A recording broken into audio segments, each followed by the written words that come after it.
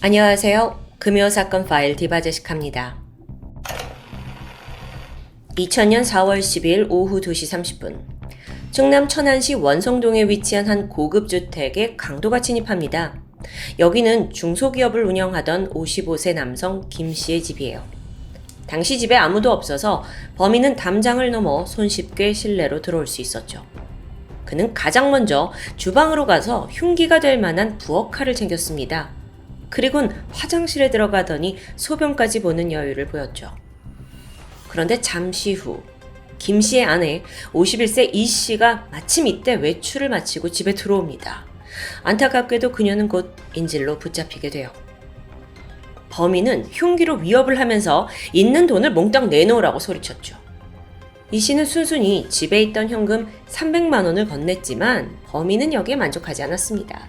그리고는 이 씨에게 돈을 더 가져올 사람이 있냐고 묻는데 이때 그녀는 남편을 시켜서 현금을 인출할 수 있다고 답해요. 범인은 1000만 원을 가져오라고 요구했고요. 잠시 후 아내 이 씨는 떨리는 손으로 남편에게 전화를 걸었습니다. 바로 옆엔 범인이 칼을 들고 위협하고 있어요.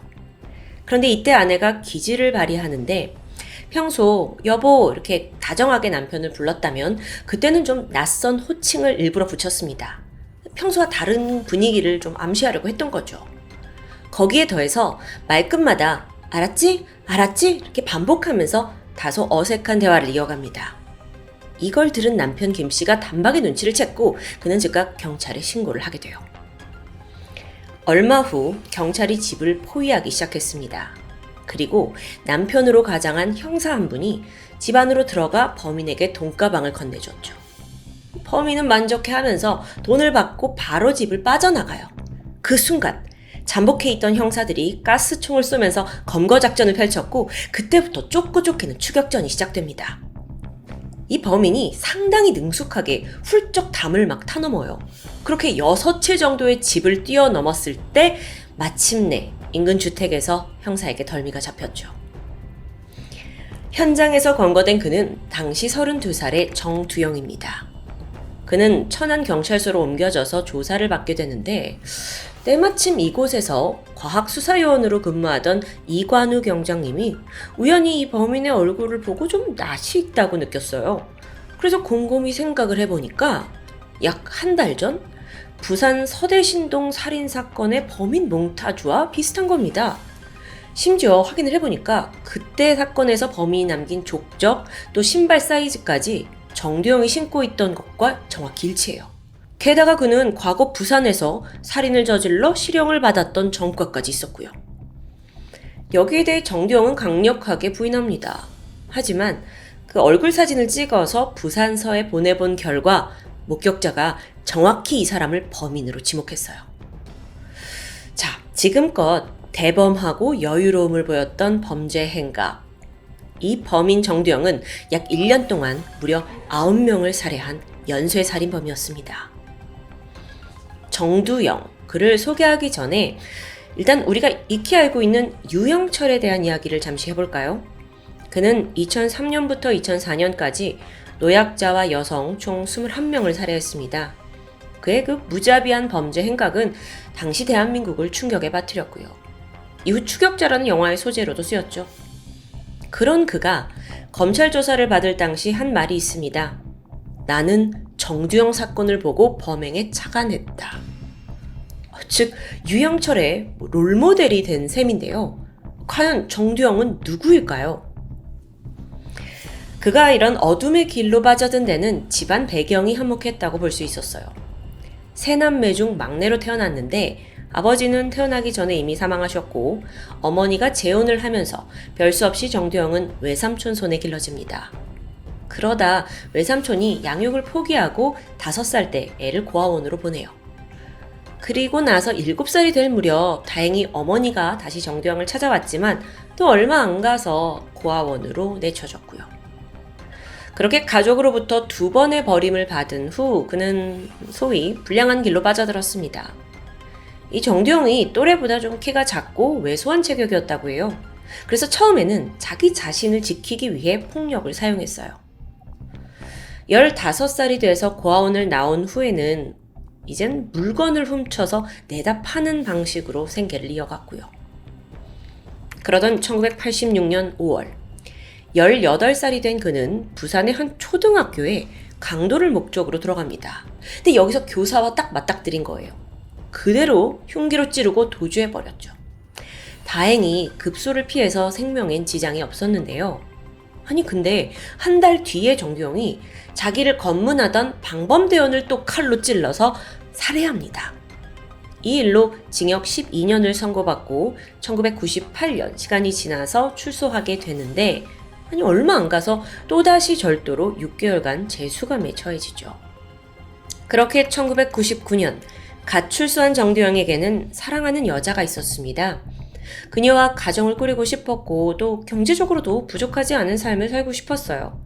그러기 위해선 집과 또 본인의 직업이 있어야 하잖아요. 그래서 생각한 게 PC방이었죠. 근데 그러려면 돈이 필요합니다. 이때 정두영은 한 10억 정도 있으면 모든 걸 이룰 수 있으리라 생각했고 본격적으로 마음 먹습니다. 돈을 벌겠다고. 그리고 그 방법은 황당하게도 강도짓이었어요. 그러니까 일을 하는 게 아니라 훔쳐서 10억을 벌겠다는 거예요. 이때부터는 아예 강도를 자기 직업으로 삼았던 거고요. 1999년 6월 2일 부산 서구 부민동에 있는 한 고급 주택에서 살인사건이 벌어졌습니다. 피해자는 여기서 일하던 58세 가정부였는데 화장실에서 발견됐어요. 양손이 결박당한 채 바닥에 머리를 찧은 흔적이 있습니다. 몸에는 흉기로 찔린 상처뿐만 아니라 주먹과 발로 폭행을 여기저기 당한 상흔도 보였고요. 굉장히 잔혹하게 살해된 모습이죠. 집안에서는 현금 40만 원 정도가 사라졌는데 이걸 본 경찰은 피해자가 너무도 오버킬을 당한 거 아니냐? 그렇다면 이건 면식범에 의한 원한 범죄일 수 있다라는 데 초점을 맞춥니다. 사실 그 당시에 이 사건은 또 다른 이유로도 주목을 받았는데요. 범행이 벌어진 바로 옆집이 부산 고등검찰청 검사장의 집이었다고 해요. 굉장히 그러니까 부촌이었던 거죠. 어쨌든 이 사건에서 범인의 정체는 밝혀내지 못해요. 그로부터 3개월이 지난 9월 15일입니다. 부산 서구 동대신동에 있는 고급 빌라촌에서 또다시 살인사건이 벌어집니다. 피해자 역시 이 집에서 일하던 가정부 50대 조 씨였어요. 온몸에 폭행을 당했는데 심지어 둔기로 잔인하게 공격당해 사망했습니다. 집에서는 770만원가량의 금품이 사라졌고 심지어 바로 옆집에서도 900만원 상당의 금품이 사라졌습니다. 짐작하셨겠지만 지금 이 모든 사건의 범인은 정두영입니다. 그는 10억이라는 돈을 빠르게 모으기 위해서 부잣집만 골라서 강도를 일삼았어요. 그리고 그 과정에서 마주친 사람들, 심지어 집주인도 아니고 일하시던 분들까지 가차없이 제거했습니다. 목격자를 만들면 목표 달성에 방해가 된다고 생각했기 때문이에요. 그런데 정두영은요, 정말 이 피해자를 형체도 알아볼 수 없을 만큼 잔혹하게 살해했거든요. 이게 금품을 노린 강도살인에서는 사실 흔치 않은 수법이죠. 그래서 앞서 형사님들도 원한 범죄라고 생각했던 거고요. 또 그는 범행을 저지를 때 흉기 없이 오로지 목장갑 하나만 끼고 진입했습니다. 행여나 불신 검문을 당할 것에 대비해서 평소에 범행 도구를 아예 소지하지 않았던 거예요. 대신에 그 집에서 흉기를 찾은 거고요. 그렇게 두 번째 강도살인을 저지른 지 한 달 만인 10월 21일, 이번에 정두영은 울산 남구의 한 고급주택에 진입합니다.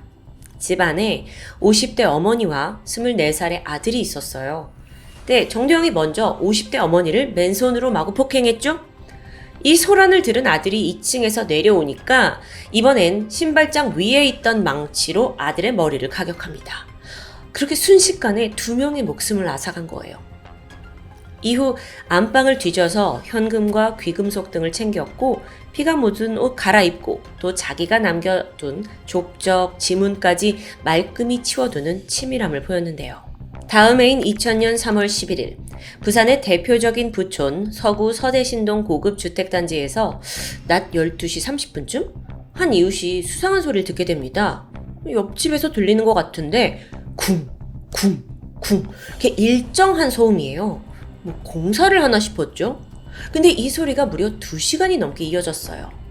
사실 이건 끔찍한 범행에서 비롯된 건데요. 같은 날 오전 정두영은 미리 점 찍어둔 그 고급 주택의 담벼락을 넘어 침입합니다. 여긴 사업가 박 씨의 집이었어요. 정두영이 먼저 마주친 건 가정부 김 씨와 또 집주인의 처형이었죠. 그리고 잠시 후 두 사람은 모두 양쪽 갈비뼈가 부러진 채 두개골이 골절되면서 처참한 모습으로 살해당합니다. 이후에 그는 집을 막 뒤지더니 있는 없는 금품을 다 쓸어 모았어요. 그런데 마침 이때 현관문이 열리더니 누가 들어오는 소리가 들립니다. 오전에 운동을 나갔던 집주인의 아내 38살 박 씨였어요. 그녀와 마주친 정두영은 다짜고짜 야구방망이를 들더니 마구 폭행하기 시작합니다. 이때 아내가 제발 살려달라라고 막 빌면서 자신에게 갓난아기가 있다는 걸 말해요. 실제로 이 집 거실에 17개월 된 아기가 있었고요. 순간 정두영은 마음이 약해졌습니다. 그래서 대신에 박 씨에게 이불을 뒤집어 쓰고 있으라고 명령했고 이후에 아령 하나를 들고 집에 있던 금고를 내려치기 시작합니다. 쿵, 쿵, 쿵. 이게 바로 그 소음이었던 거죠. 당시 상황을 좀 생각해보면 거실에는 피해 젖은 시체 두고 그리고 이불을 둘러쓰고 벌벌 떠는 아내 갓난 아기까지. 이 상황에서도 그의 목적은 2시간 동안 오직 하나입니다. 금고에 있는 돈을 가져가야 한다는 것. 그렇게 2시간이 지나고 금고문이 열리자마자 정두영은 현금 700만 원을 들고 사라졌죠. 그가 떠나기 전에 피해자에게 이런 말을 남겼습니다. 아기 잘 키워. 신고하면 죽는다. 여러분, 자신의 얼굴을 본 목격자를 지금 정두영이 처음으로 살려준 거예요. 왜 그랬을까요? 추 경찰 조사에서 그는 이렇게 말했습니다. 내가 그 여자를 죽이면 아이는 엄마가 없어지는 거잖아요. 이건 과거 자신이 2번이나 친모에게서 버림받은 상처에서 온 거겠죠. 어쨌든 강도살인은 계속됩니다. 그로부터 다시 한 달 후인 4월 8일에 정두영이 또다시 담장을 뛰어넘었죠. 이번엔 부산 동래구 온천동에 위치한 한 철강회사 회장님 저택입니다. 뒷문을 통해서 주방으로 침입을 한 후에 먼저 과도를 챙겼어요. 같은 수법이죠. 그리고 얼마 후 이 회장의 부인 70대 손씨와 맞닥뜨립니다. 즉각 그녀의 목을 찔렀는데 이걸 가정부가 목격하고 비명을 질렀죠. 그녀 역시 살해했어요. 뒤이어 이 집에 있던 70대 친척 김씨 또한 정두영에게 구타당한 채 실신합니다. 마지막으로 그는 회장 정씨를 안방으로 끌고 가서 금고를 열게 했어요. 거기서 현금과 수표 2,400만 원을 챙겼고요. 이후 정 회장 역시 수차례 찔러 살해하고 도주합니다. 그나마 이 집에선 앞서 구타당했던 친척 김씨만 간신히 숨이 붙어있는 상황이었죠. 아니 지금까지 도대체 몇 집을 턴 거고 몇 명을 죽인 거예요. 그래도 그나마 생존한 2명의 사람, 아기 엄마 박 씨와 또 회장의 친척 김 씨입니다. 이 2사람의 증언을 토대로 정두영의 몽타주가 만들어졌어요. 그리고 이게 그때 당시 유명한 공개 수배 프로그램 사건 25시를 통해 전국적으로 알려집니다. 자, 이렇게 얼굴이 알려지면서 그는 이제 추적을 피해야 하잖아요. 그래서 지역을 옮기게 되는데요. 이번엔 충남 지역으로 와서 범행을 이어갔죠. 그러다 앞서 소개한 그 천안 강도인질극 사건에서 눈썰미 좋은 경찰의 레이더에 걸렸고 드디어 그의 살인폭주를 막을 수 있었던 겁니다. 정두영. 그는 1999년 6월부터 2000년 4월까지 10개월 동안 무려 9명을 살해하고 10명에게 중경상을 입혔습니다. 그 이전에 원래 전과에 있던 방범대원 살해까지 합치면 총 10명의 목숨을 빼앗은 거죠. 그렇게 그가 지금껏 훔친 돈은 약 3억 2천만 원. 검거 당시 통장에 1억 3천만 원이 있었고요. 또 부산 해운대에 전세 아파트도 얻었더라고요. 근데 사실 이건 좀 경찰들에겐 의외의 모습이었습니다. 대부분의 강도범들이 돈을 훔치면 그걸 유흥비로 좀 흥청망청 쓴다고 해요. 그것과는 좀 다른 패턴이었죠. 오로지 그 10억이라는 목표를 위해서 그리고 행복한 가정을 꾸리기 위해서 이 목적 자체는 좋아요. 근데 그 방식은 살인과 강도, 그러면서 남의 가정까지 산산조각 냈습니다. 참고로 정두영의 그 동거녀 그리고 예비 장모는 큰 돈을 덥석덥석 잘 모아오는 정두영을 정말 성실하고 착한 사업가로만 알고 있었다고 해요. 그 사람들도 완전히 속은 거죠. 이후 재판이 진행되었고 정두영은 1심에서 사형을 선고받은 이후 이게 그대로 확정됩니다. 그리고 현재 대전교도소에서 미결수 신분으로 복역 중이고요. 끝이 아닙니다. 그러다 지난 2016년 9월에 사람들의 기억에서 점점 잊혀져 가던 정두영이 다시 뉴스에 등장했어요. 그때가 복역 한 15년, 16년 만인데 정두영이 탈영을 시도했다는 소식이었죠. 2016년 9월 8일 아침 7시 그는 작업장에 몰래 숨겨둔 사다리를 챙겼습니다.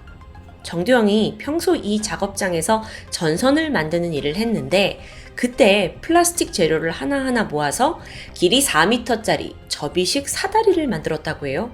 그리고 이걸 이용해서 교도소 담벼락을 향해 질주했던 거고요. 잠시 좀 설명을 드리면 그가 수감되어 있던 대전교도소는 총 3중 구조의 담장입니다.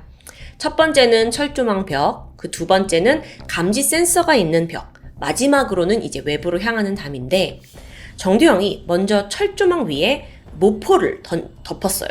그리고 사다리를 밟고 올라갔죠. 두 번째 담 역시 같은 방식으로 넘는 데 성공합니다. 그러니까 사다리와 모포예요. 그리고 나서 서둘러 세 번째 담에 가려고 했는데 이때 두 번째 담에서 감지 센서가 작동하게 된 거죠. 세 번째 담에 서둘러 사다리를 걸치는데 순간 사다리가 훅 휘어지면서 부서졌고요. 그렇게 정두영은 얼마 안 가 교도관들에게 붙잡힙니다. 이게 탈옥을 시도한 지 7분 만의 일이었어요. 만약에 사다리가 부러지지 않았다면 간발의 차이로 담을 넘어 탈옥에 성공했을 수도 있죠. 결국 그는 이 일로 도주 미수죄가 기소돼서 징역 10개월을 추가로 선고받게 됩니다. 한편 정두영에게는 직업 살인범이다 라는 별명이 붙어 있습니다. 그저 돈만을 위해 평범한 삶을 나도 살고 싶다 라는 욕망 때문에 살인을 저질렀다는 그 동기인데요. 근데 여러분, 재차 말씀드리지만 그 방식이 너무도 잔혹해요.